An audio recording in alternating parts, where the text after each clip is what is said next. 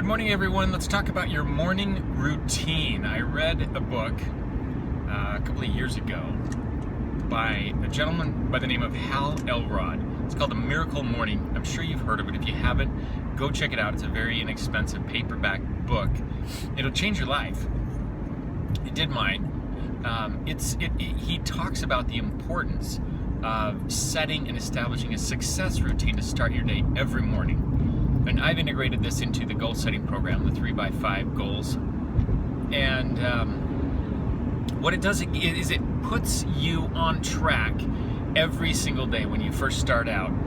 It realigns you with your goals, and it gets you off to a start where you're already starting your day feeling good about having done something. You start your day off with a win. So you be productive, but it doesn't mean busy. It means productive. It means you do important things. So here's mine. I just wanted to share with you, and take it for what it's worth. It doesn't mean it's the only way to do it. Obviously, everybody is different. In fact, I'm in a couple of communities with other entrepreneurs, and I put it out to some of these Facebook groups and gotten a lot of responses, and I've been fascinated at the variety of people's routines in the morning. And a lot of people don't have routines. They just kind of wake up and they flounder, and they know they have to be to work by 9, or they have to be to work by whatever. And a lot of times, if we haven't set a routine for ourselves, our human nature default is to do things just in time. And so if I have to be to work by 9, means I have to leave my house at 8:30, let's say. Most of us, by human nature, will leave the house about at 8:30, so we get there at about 9 o'clock. We don't give ourselves any extra room. So backing that out, we would start getting ready at 8 if it takes a half an hour, which means I have to wake up at 7:45, and then my schedule is kind of crammed. I get everything done just in time, and I arrive to work right at 9 o'clock, and that's kind of how the morning goes. I don't know if you can relate to that or not. I know for many, many years that was my routine. It wasn't something that I would call today a routine per se, but that's kind of how life went, I guess you could say. And so there's really not much intentional about living that way. There's nothing inspiring or motivating. It kind of seems like doing things that way, you're just living life. You're just on the treadmill, and you're just getting by. But if you're an achiever and you're a goal seeker, getting by is not enough. That's unacceptable. So you need to establish for yourself a routine. It doesn't mean you have to wake up really early. I like to wake up early. I didn't always like to do that, but I trained myself to, because I knew after reading a lot of success books, I kind of felt like that was a common denominator. Not everybody, but a lot of people were teaching about how important those early morning hours are. So I would suggest, if you don't have time in your morning to carve out at least about a half an hour for a morning routine that somewhat resembles what I'm going to tell you in just a minute, with your variations, then set your alarm clock for a half an hour earlier and make the time. I know it sounds ugly at first if you're used to sleeping until 9. If you're not a morning person, to get up earlier than you're used to can be painful, but you will get used to it. Go to bed a little bit earlier, wake up a little bit earlier. I have kids, and those early morning hours are so important because it's quiet time. There's nobody up, nobody's running around, nobody's bugging each other or whining or whatever, laughing. My kids do laugh sometimes. There's no distractions. It's me in a peaceful, quiet house, and I can really concentrate. So I wake up at about sometime between 4:30 and 5. It depends if I get to bed on time. My bedtime is about 10 o'clock. If I can get to bed on time, I get up at 4:30, and I'm okay. If not, I usually get up around 5. But I have these little, I call them success stations that I go through each morning, okay? And they're basically just 5-minute stations or less of a few little things that matter most. So I'll start each morning when I first wake up. The first one is, for me, meditation. Now, this is after I wake up, I hydrate a little bit, splash some water on my face, use the bathroom, grab a book and my cell phone, although I don't get on technology. I'll talk about that later. Get everything done. I go in the other room, sit on the couch, and I turn on an app that I use for meditation, and it's called Calm. It's a free app. You can pay for a lot of upgrades inside of the app, but it's a free app, and you can use it for a lot of meditation stuff. And I love the guided meditations in that app. I just sit down, and the lady guides me through, from my head all the way down, and it clears my mind. So I like starting out with meditation, just because it gives me, it grounds me for the day. It gives me a good, solid, an open mind, a clean slate. Clears my mind of everything. So I wake up, I meditate. That's the first thing. The second station that I go to is, and I'm not traveling around, I'm just on the couch. I'm sitting there, but I actually use my timer.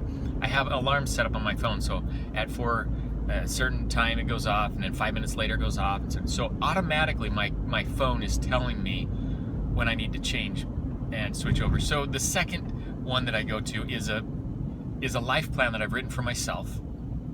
I also teach how to do that. And it takes about 3 minutes to read. I read it aloud, and I visualize while I read it. And so it's a lot of things mixed in together. It's my mission, it's my goals, it's my passion, it's my values, it's what I want to do with my life. It's what my one main goal, my OMG, that's in there. So it's just a statement that I've written out, and I read that aloud. It's important to hear yourself read it. And I visualize while I read it. So that's station number 2.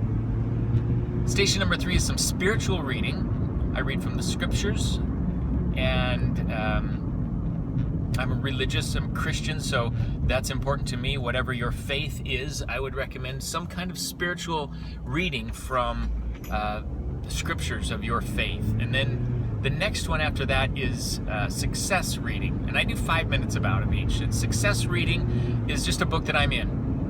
In 5 minutes, I can read 2 or 3 pages, and I'll get a couple of nuggets out of it. It's not the main reading I would do for the day. It just starts planting seeds in my mind. It gets my mind going a little bit. That's all. That's all it's intended to do.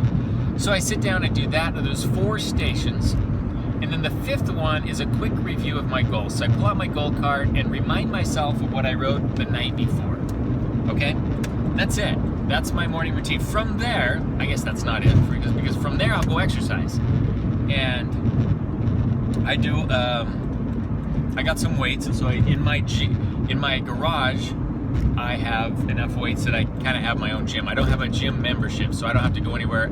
Just drive or walk down, go out in my garage, and I do a CrossFit programming that I do light weights. I don't do too heavy, but I do mix up weights. I like to mix it up, and that's what I like about CrossFit.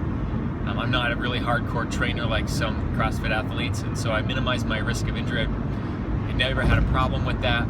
I love CrossFit, and I mix a lot of runs in there and some of the basic Olympic lifts, but light weights. Do deadlifts, backlifts, front squats, snatches, cleans, all those kinds of things, but mixed in with push-ups, pull-ups, air squats, runs, sit-ups. Good mix. And I program 30-minute workouts, so as many rounds as possible. I am wrapped in 30 minutes.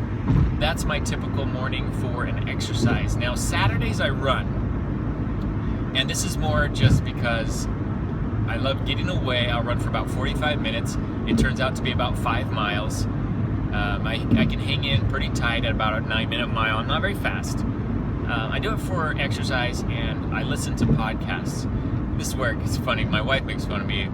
My kids don't like it, but when I work out, I listen to podcasts. When they come join me, then I, turn on some workout music because they like the music. But I listen to podcasts because it takes my mind off of working out and into what I'm listening, and I'm able to actually do really well that way. And not only that, but of course it feeds my mind. So I'm always adding to my, I'm always learning and growing, and because I don't have a lot of time to sit and read, I do a lot of reading as much as I can, but where I do have pockets of time, podcasts seem to be such a great way to fill my time, and I get so much out of it. So from there I come back and I'll work on the computer. This is when I first check in. The social media and email and so forth. This is about an hour and a half after I've woken up, and I'll do some things on the computer for about a half an hour to an hour, depending on how much time I have, and then I get ready and head out the door to work after I have breakfast and say goodbye to my family. So that's how my mornings usually go. Now, there are some rest mornings where I don't exercise, I'm resting, but outside of that, it's a pretty typical success, or my success stations, I call them, my routine for the morning. It works well because it's predictable, it's stable, it encompasses a lot of things. It encompasses, of course, meditation, thought, prayer, spiritual study, this success study. It encompasses, of course, my exercise, so physical, mental, emotional. I'm hitting pretty much everything, and I do this every morning. So it's a great way to start the day. If you haven't done it yet, carve out an extra half an hour and just try it for a couple of weeks.